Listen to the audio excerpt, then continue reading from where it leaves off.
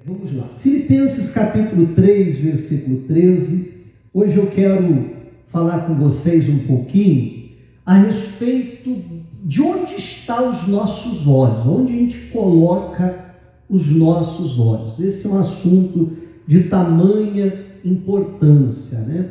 Porque nós precisamos colocar os nossos olhos em um lugar. Que lugar que é esse, pastor? A gente já vai ver aqui no texto, mas já lhe adiantando, a gente precisa colocar os nossos olhos na recompensa, aonde a gente quer chegar. Agora, claro que para eu alcançar a recompensa, o galardão, aquilo que Deus tem para mim, né, há sempre um processo, amém? E nós vamos estar dispostos, então, a enfrentar o processo para alcançar aquilo que Deus tem para nós. E se eu coloco os meus olhos no galardão, é aonde vai me capacitar, me dar forças para que eu possa enfrentar o processo e chegar naquilo que Deus tem para mim. Só que se ao invés de eu olhar para o galardão, para a recompensa, eu fico olhando que tem dificuldade, que tem inimigo, que não está fácil, que está difícil, que tem esse problema, que tem aquele outro, então eu deixo de olhar para a recompensa, para ver todas essas dificuldades, é quando eu começo a desanimar. É quando muitas pessoas desistem. Mas está muito difícil.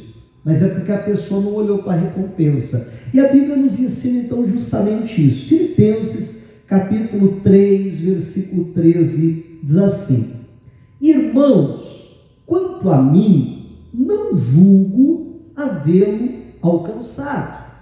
Mas uma coisa faço, esquecendo-me das coisas que ficam para trás e avançando para as que estão diante de mim, prossigo para onde, gente?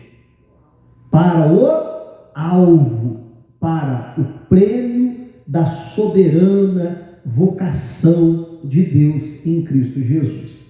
Meu irmão, a gente olha a história de Paulo que foi quem escreveu isso aqui em Filipenses, e a gente vê que ele passou por muitas lutas, muitas dificuldades, né? Ele fala tribulações por fora, temores por dentro, e ele enfrentou naufrágio, apedrejamento, chicotada, prisão, e todo tipo de problemas, né? Perigos no meio dos falsos irmãos, todo tipo de problema Paulo enfrentou. Só que a gente olha para a vida dele, para as dificuldades que ele passou, e aí a gente olha para algumas declarações que Paulo faz, né? Como por exemplo, dizendo da nossa leve e momentânea tribulação. Aí você olha para tudo que ele passou e diz assim: Paulo, como é que você chama tudo isso que você enfrentou de leve e momentâneo? Sendo que de leve não tinha nada, de momentâneo também não tinha, porque ele passou a vida inteira levando bordoada, não foi assim? Né? Passando por situações terríveis na sua vida. Mas por que ele chama de leve, de momentâneo? O versículo continua, que não dá para se comparar com o peso eterno de glória que aquilo vai produzir. Ele diz, se a gente colocar, né, eu gostaria que você pensasse naquela balança romana, né, aquela balança que usa 2 pratos, né, hoje em dia até usada como símbolo de justiça, aquela balança, ele diz, se eu colocar desse lado aqui as minhas tribulações, o problema que eu passo, e eu colocar do outro lado o que isso irá produzir, então aquilo se torna leve, porque há um peso eterno de glória. Então aquilo ali não dá para comparar. Agora, se do lado de cá eu tiro a recompensa, eu não olho para a recompensa e só olho para o problema, não, está muito pesado, eu não vou suportar. Você está entendendo a diferença? É melhor eu abrir mão, é melhor eu desistir. E é o que muitas pessoas fazem. O que ele está dizendo? Eu prossigo para o alvo, eu tenho um alvo, eu vou em direção a esse alvo. Então é isso que nós precisamos fazer, colocar os nossos olhos aonde? No alvo. Mas está difícil, pastor, tá, né? Mas vem cá, o que isso vai produzir? Não, isso vai produzir Deus na minha vida, meu irmão. Então coloca os teus olhos no alvo, está entendendo?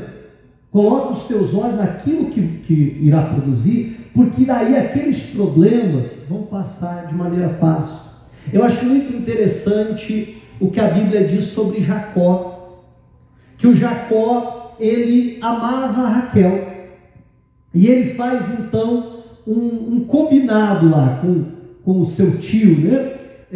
Com Labão. Olha, se eu vou trabalhar 7 anos, e aí você me dá a Raquel para eu casar com ela. Ah, beleza, combinado.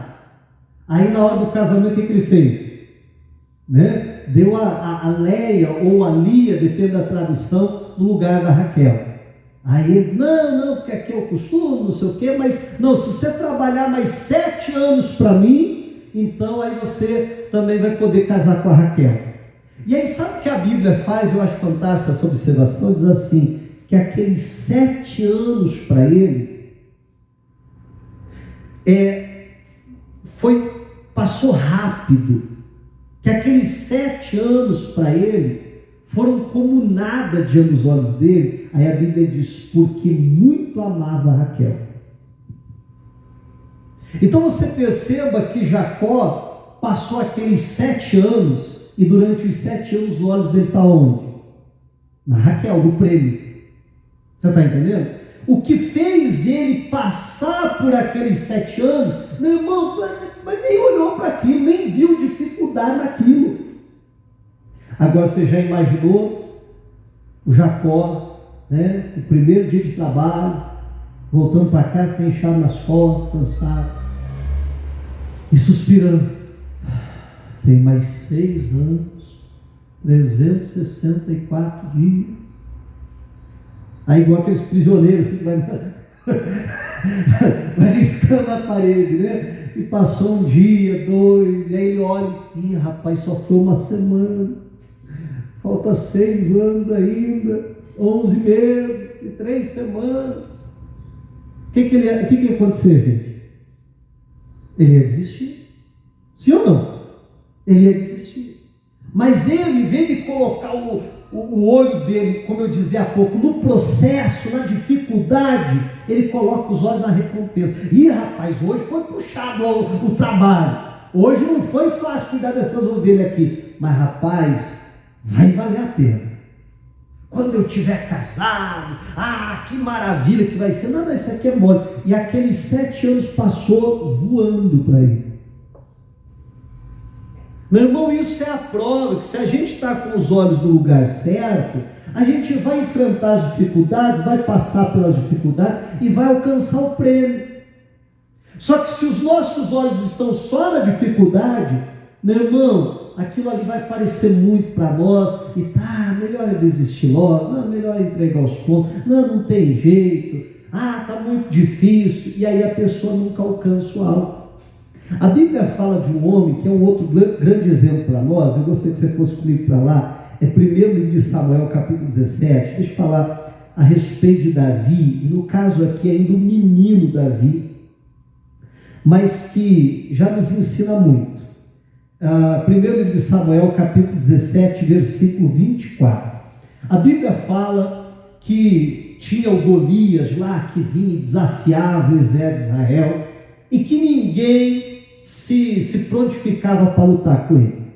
Também o camarada era um gigante. Alguns falam de 3 metros de altura, geralmente gira em torno de 3 metros. Alguns falam em 2,80 metros, outros falam até em 3,10 metros, mas gira em torno de 3 metros. Né? Tudo por conta ali uns consideram que aquela medida na época era tanto, né? Mas eu acho que não é muito importante para nós. Se a gente jogar por baixo 2,80 metros, já é gigante. Imagine só, né? Se parar do meu lado, eu tenho 1,70 m, se parar do meu lado alguém de 2 metros, já para mim já vai parecer um gigante, né? Agora imagine quase 3 metros de altura. O homem, além do tamanho dele, que já era ameaçador, como Saul mesmo diz, ele era experiente na batalha. Não é qualquer um grandalhão que eles pegaram lá. Era alguém bem treinado, era alguém bem capacitado. E ninguém queria enfrentar ele. E aí ele saía lá, desafiava, todo mundo ficava com medo, todo mundo corria dele. Bíblia chega a dizer que eles se escondiam de medo. E aí, bem no dia que ele está lá desafiando, chega Davi, que chegou ali à frente da batalha, né? Porque o pai mandou ele levar comida e saber de notícia dos irmãos, nem era para estar ali. Mas Deus, que sabe cronometrar toda coisa, faz com que ele chegue bem naquela hora. Olha como a Bíblia registra, 1 Samuel 17, 24. Todos os israelitas, vendo aquele homem, fugiam dele com muito medo e diziam uns aos outros: vocês viram aquele homem? Ele veio para afrontar Israel. O rei dará muitas riquezas para quem matar aquele homem. Também lhe dará a filha em casamento, e a casa de seu pai isentará de impostos em Israel. Então Davi perguntou aos homens que estavam perto dele: quantos metros de altura ele tem mesmo? Foi isso que ele perguntou? Não, olha o que ele perguntou: o que será dado ao homem que matar esse filisteu e livrar Israel de tal afronta? Você veja só, olha que interessante. Os soldados estão ali com medo, apareceu o grandalhão desafiando, e aí eles começam um a cutucar o outro, dizer: rapaz, você viu aquele gigante? Você viu aquele homem? Você viu o muque dele, o bíceps, o tríceps, o trapézio? Você viu a força dele? Você viu isso? Você viu aquilo?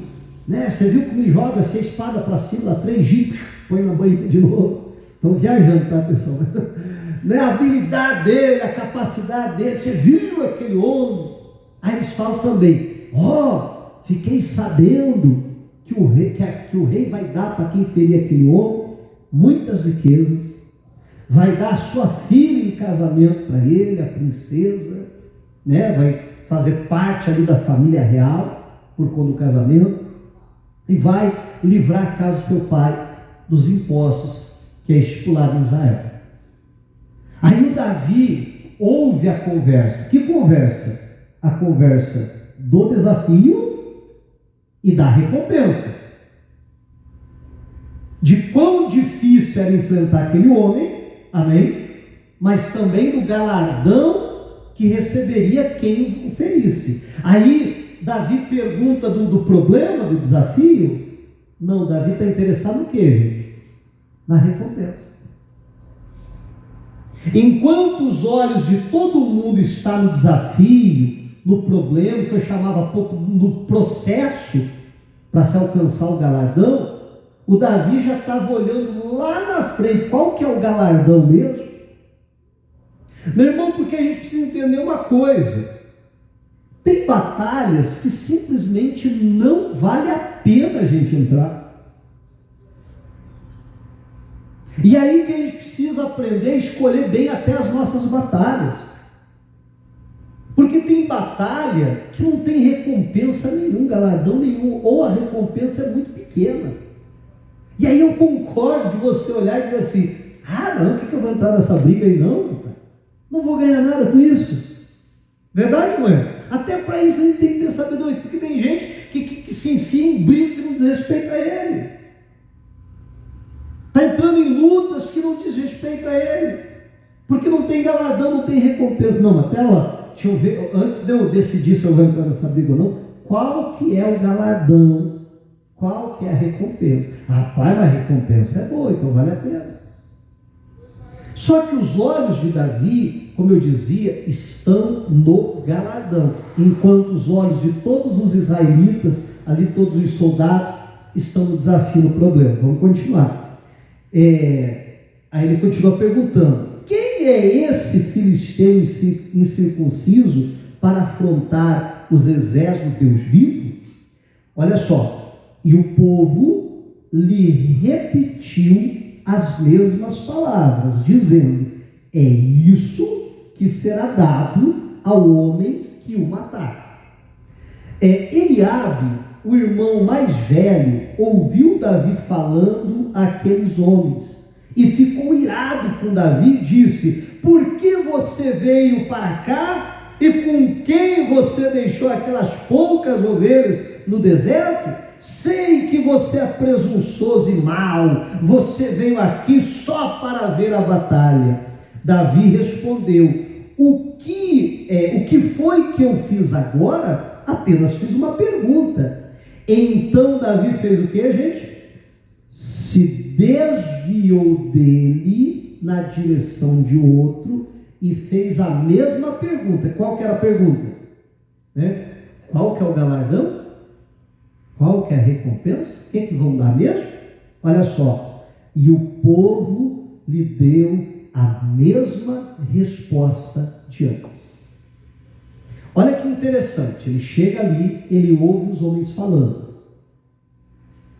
Aí ele pergunta: vem cá, o que vão dar mesmo aí? Como que é? Qual que é o galardão? Aí eles falam. Já tinham falado a primeira vez. Ele já tinha ouvido. Aí ele pergunta. Eles respondem. Ele ouviu a segunda vez. Aí o Eliabe entra na conversa: que você é mau, que você é isso, que não sei o quê. O que ele faz? Ele se desvia do irmão. E aí é outra coisa que a gente precisa aprender a fazer. Amém? Se desviar daquele que é pessimista, daquele que está dizendo: você está doido, rapaz, olha o tamanho dele. O que você quer? Você acha que você vai vencer essa luta? Que não sei o que mais. Não, tem pessoas que a melhor coisa é a gente só desviar. Verdade, não? Só simplesmente desviar. A Bíblia fala de Saul, que certa vez se fez de surdo. E tem hora que a gente tem que se fingir de surdo, né? Porque se você for parar para responder, principalmente certos insultos e assim por diante, meu irmão, você vai perder tempo, você vai estressar, você vai esquentar a cabeça. Então é melhor fingir de surdo. Fingir que não ouvi aquilo, e desviei dessa conversa, deixa para lá. Aí ele volta novamente para o outro, diz assim: como que é mesmo? O que é mesmo? Pela terceira vez respondem para ele: é isso, isso e isso. Aí diz: opa, então estou dentro. Aí a Bíblia diz: alguns homens que tinham ouvido as palavras de Davi foram anunciá-lo a Saul, que mandou chamar Davi. E aí é quando Davi chega lá, o rei diz: você não pode ir e tal. Ele diz: não, eu já enfrentei o leão, já enfrentei o urso, do mesmo jeito que Deus me deu a vitória, Deus vai me dar a vitória contra esses circuncisos filisteus. E Davi foi lá e Deus deu a vitória. Diga a glória a Deus. Mas, meu irmão, você percebe, e é isso que eu quero lhe chamar a atenção hoje, aonde que estão os olhos de Davi? Amém? Na recompensa, no galardão. Vale a pena? Não, vale muito a pena. Opa, então eu vou fazer como Jacó, né? Isso vai parecer poucos dias aos meus olhos. Eu vou enfrentar isso aqui, eu vou tirar de letra, porque os meus olhos estão na recompensa. Meu irmão, é isso que a Bíblia ensina com relação ao Evangelho. No domingo passado eu contava, não cheguei a ler, mas contava uma parábola que Jesus contou sobre o tesouro escondido. A Bíblia diz que um certo cidadão encontrou um tesouro escondido. E por causa daquele tesouro, ele vai lá e ele vende tudo aquilo que ele tem. Ele abre mão de tudo aquilo que ele conquistou a sua vida inteira. Ele abre mão, eu posso colocar nesses termos, de toda a sua história, porque aquilo que ele tem até ali conta a história dele, verdade não é? Ele abre mão de tudo aquilo, vendeu tudo. Mas esse vaso aqui eu herdei da Bisa. Não, vai o vaso da Bisa junto. Mas esse aqui foi um presente que não sei quem me deu. Vai embora o presente que não sei quem me deu. Mas isso aqui, poxa vida, eu levei 10 anos para construir essa casa. Tchau, estou vendendo essa casa. Você está entendendo? Ele vende tudo aquilo que ele tem e ele vai lá e ele compra aquele terreno onde o tesouro está escondido.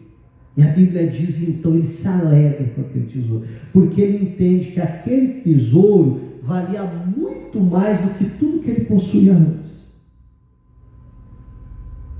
É isso que é ter os olhos na recompensa. Amém? É isso que é o Evangelho. É quando eu conheço o Evangelho, eu olho para o Evangelho e eu digo, rapaz, o Evangelho é o meu alvo, é onde eu quero chegar, eu quero morar no céu. Eu quero abraçar a salvação que Cristo Jesus me trouxe. E se for necessário abrir mão de tudo para viver isso, então eu vou fazer. Por quê? Porque a recompensa vale a pena.